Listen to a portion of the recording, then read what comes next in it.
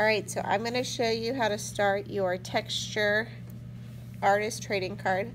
What we're going to do is try to replicate feathers. So I'm going to take my pinky finger here and line it up with the corner of my artist trading card, and I'm going to trace it. It's a-okay if it is bumpy, because if you actually look at real feathers, they're not perfect. I do think you should probably try and line up the ends of the feathers so that they are the same size, I guess.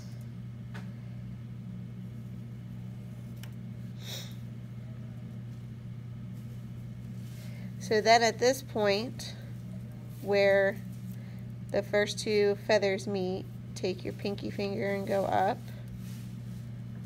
See, like right about there.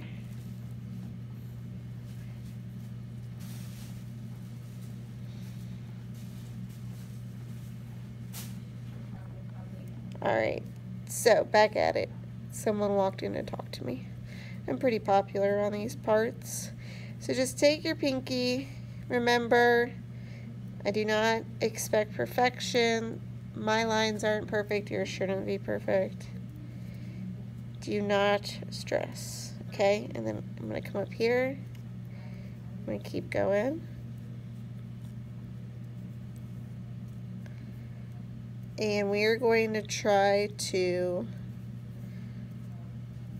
make a texture that looks like bird feathers, okay? I'm going to show you how to use Prismacolors and have blending. You do not have to use the colors I choose. I just picked these colors because I thought they were pretty. So these are the colors I'm going to use for my feathers. Okay, I'm going to start with the lighter pink. And if you noticed with your data selfies and your other trading cards, maybe the pencil's showing through, you can always erase before you start coloring. So like here, I'll show you. I can still see my line very vaguely, and it looks nicer sometimes. You do not have to do this. You don't have to erase it though. So you take your pink, and I would go down about 1/4 of the feather. Then I'm going to take a slightly darker magenta pink and overlap like this, like so. One of my favorite social media people right now is, her name is Tabitha Brown, and she always says like so, like that. Then the next one I'm going to take is purple. And the key here is to overlap. So have the purple go over top of that darker pink. Okay. And then I'm going to do the same over here. I usually do one feather at a time, but because I showed you that trick, I'm doing two.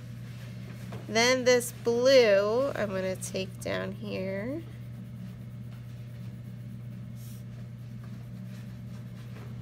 And I hope you've started to recognize how to keep your scribble, your lines together.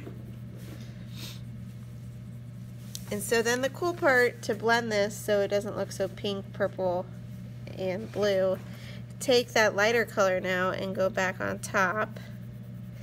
And you can use it to fill in some of the whiter areas. So like the texture from the paper. Bring this down here. Then you can go back to the darker pink. So I sort of start going through the colors again. I really like this darker pink to go through.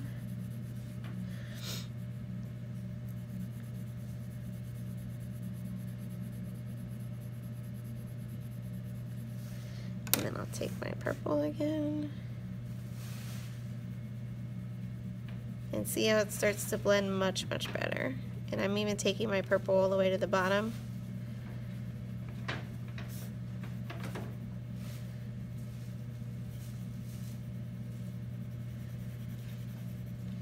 and then I can come back with my blue. And I'm only going to do the bottom at the blue at the very bottom. Okay, so that looks pretty. Now the cool thing is, when you do the feather above here, you can of course start off like I did with the lighter color. And again, these are feathers. They're not perfect. You don't have to make your edges and lines perfect.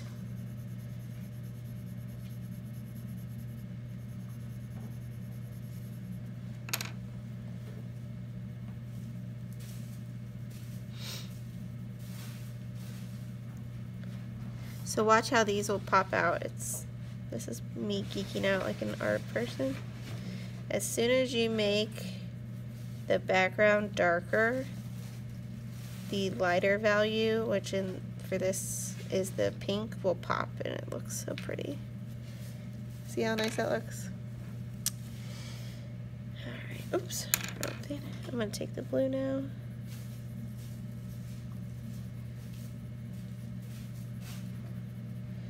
And then depending on your comfort level, you can blend back and forth.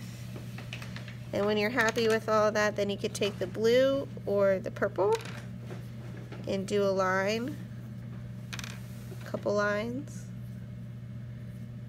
and it will look like a bird feather. So this is my other one. This is as far as I got.